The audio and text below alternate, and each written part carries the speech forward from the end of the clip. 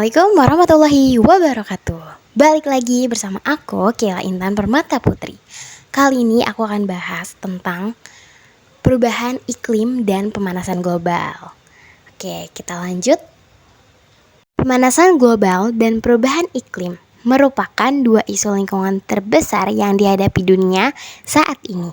Keduanya saling berkaitan dan berdampak besar terhadap kehidupan manusia, hewan, serta ekosistem di bumi. Pemanasan global terjadi karena meningkatnya suhu rata-rata permukaan bumi akibat peningkatan gas rumah kaca di atmosfer. Sedangkan perubahan iklim mengacu pada perubahan jangka panjang dalam pola cuaca, curah hujan, suhu, dan fenomena alam lainnya. Adapun penyebab-penyebab pemanasan global diantaranya yaitu emisi gas rumah kaca.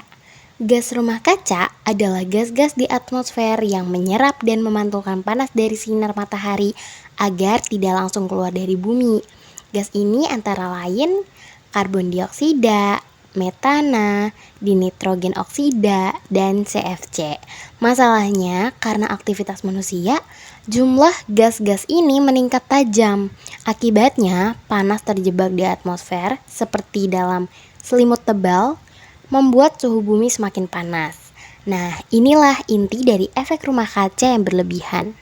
Yang kedua, yaitu pembakaran bahan bakar fosil.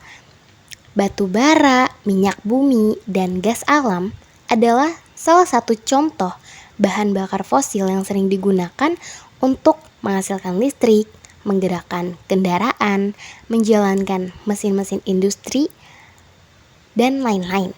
Saat bahan-bahan ini dibakar, mereka menghasilkan karbon dioksida dalam jumlah yang sangat besar.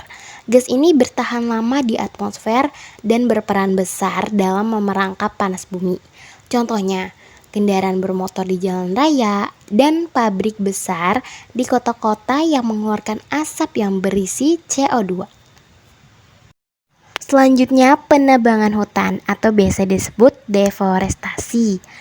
Hutan berfungsi sebagai paru-paru dunia karena pohon-pohon menyerap karbon dioksida dan menghasilkan oksigen. Saat hutan ditebang atau dibakar untuk membuka lahan pertanian dan perkebunan, maka jumlah pohon penyerap karbon berkurang. Pembakaran lahan justru melepaskan CO2 dalam jumlah besar. Hasilnya, karbon bertambah di udara dan kemampuan bumi untuk menyerapnya berkurang. Jadi deforestasi mempercepat proses pemanasan global. Nah, lanjut aktivitas manusia sehari-hari. Meskipun tampak kecil, kebiasaan kita sehari-hari juga memberi kontribusi besar loh.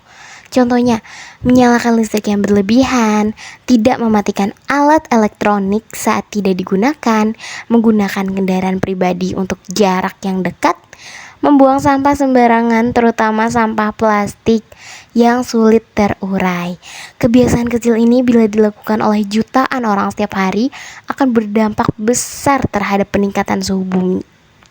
Selanjutnya adalah dampak perubahan iklim.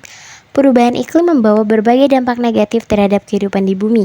Di antaranya, naiknya suhu global. Naiknya suhu global ini menyebabkan gelombang panas ekstrim di berbagai wilayah. Kemudian, ini dua kali ya, mencairnya es di kutub dan kenaikan permukaan air laut yang mengancam wilayah pesisir, perubahan pola hujan sehingga terjadi kekeringan di suatu daerah dan banjir di daerah lain. Kemudian menurunnya keanekaragaman hayati akibat terganggunya habitat alami. Terakhir, krisis pangan dan kesehatan karena gagal panen serta penyebaran penyakit yang lebih luas. Nah, ini upaya mengatasi pemanasan global. Beberapa langkah yang dapat kita lakukan untuk mengurangi dampak pemanasan global dan perubahan iklim adalah: yang pertama, mengurangi emisi gas rumah kaca dengan beralih ke energi terbarukan seperti tenaga surya dan angin.